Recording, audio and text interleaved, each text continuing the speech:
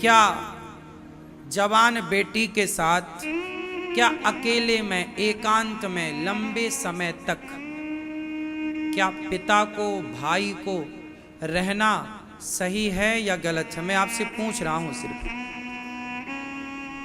उत्तर। जवान बेटी के साथ लंबे समय तक अकेले एकांत में रहना,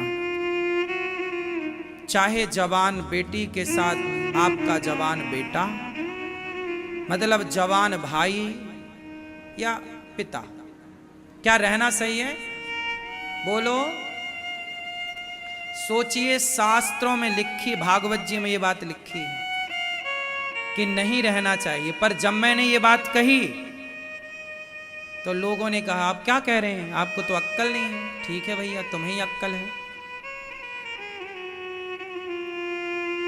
आज आप देखिए कि समाज में देखने को मिल रहा है। अभी परसों नरसों मेरे पास एक माँ आई, बूढ़ी माँ, कथा सुनने आई। बताया, उन्होंने मेरी ये बात टीवी पर सुनी होगी।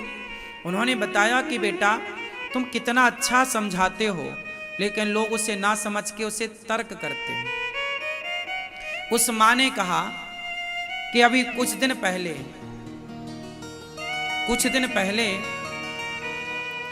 एक भाई बहन ने विवाह कर लिया।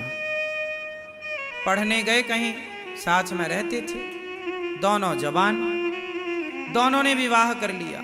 माँ बाप को सूचना मिली कि बच्चों ने विवाह कर लिया, बेटा बेटी ने, तो माँ बाप ने आत्महत्या कर ली।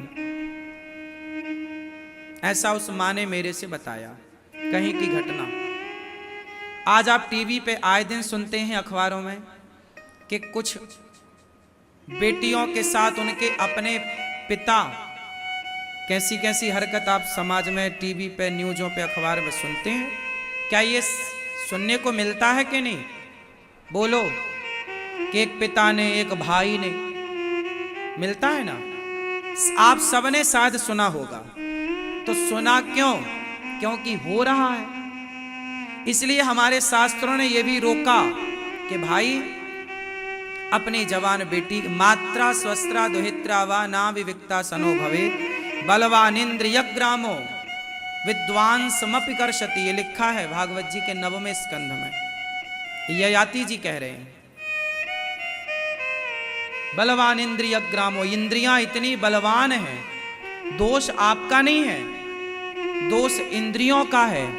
इस मन का कभी भरोसा ना करना, इस मन का कभी भरोसा ना करना, इन इंद्रियों का कभी भरोसा ना करना कि ये मन, ये इंद्रियां किस पर जाके टूट पड़े।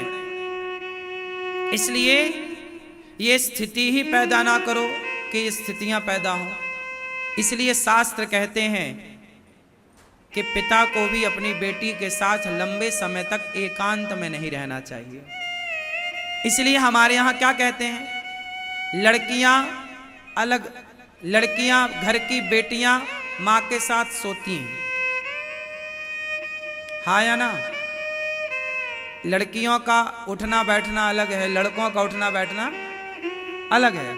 हमारे गांव में, घरों में ये मर्यादाएं थी कि लड़कियों का उठना बैठना मां के साथ है, लड़कों का बैठना उठना पिता के साथ है। एक टाइम बाद, छोटे बच्चे हैं तब तक तो वो मां की गोद में ही रहते हैं, पर एक टाइम बाद जब वो जवानी की ओर बढ़ते हैं तो उनके लिए एक मर्यादा घर पर भी हो जाती है।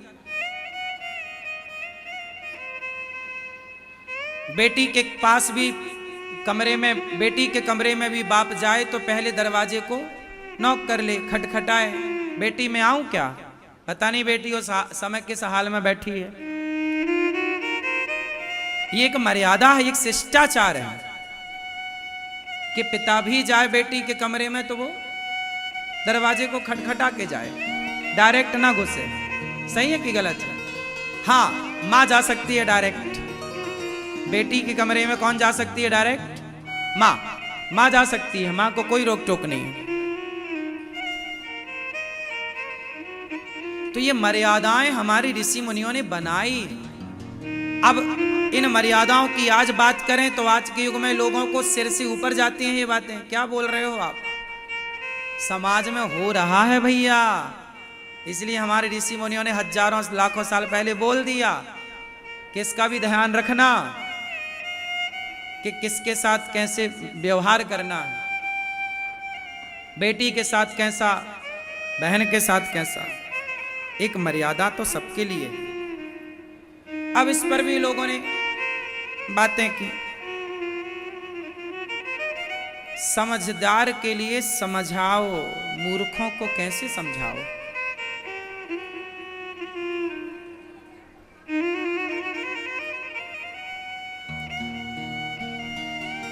कुछ चीजें ऐसी हैं जो बताने की भी नहीं। अब शास्त्रों में बहुत स्पष्टता से सारी बातें लिखी हैं, पर मैं उस स्पष्टता से बता नहीं सकता, इसलिए कुछ बातें मैं इशारों में बताता हूं कि देखो आप समझदार समझ लो। क्योंकि कथा में सब लोग बैठे होते हैं, बच्चे भी हैं, बूढ़े भी हैं, बहुत स्पष्टता से हर बात बताई भी नहीं जा सकती, पर आपको समझना तो है, इसलिए लिखी गई हैं क्योंकि उनकी जरूरत है। हाँ या ना? इसलिए एक और समाधान है कि आप स्वयं से शास्त्रों को पढ़ें। क्या करें? पढ़ो। इसलिए कहते हैं महाभारत पढ़ो, इसलिए कहते हैं भागवत जी पढ़ो, रामचरितमानस खुद पढ़ो, कुछ पढ़ो भी आप। आपकी भी जिम्मेदारी है, आपके बच्चों की भी जिम्मेदारी है कि वो पढ़ें। पढ़ते नहीं हैं।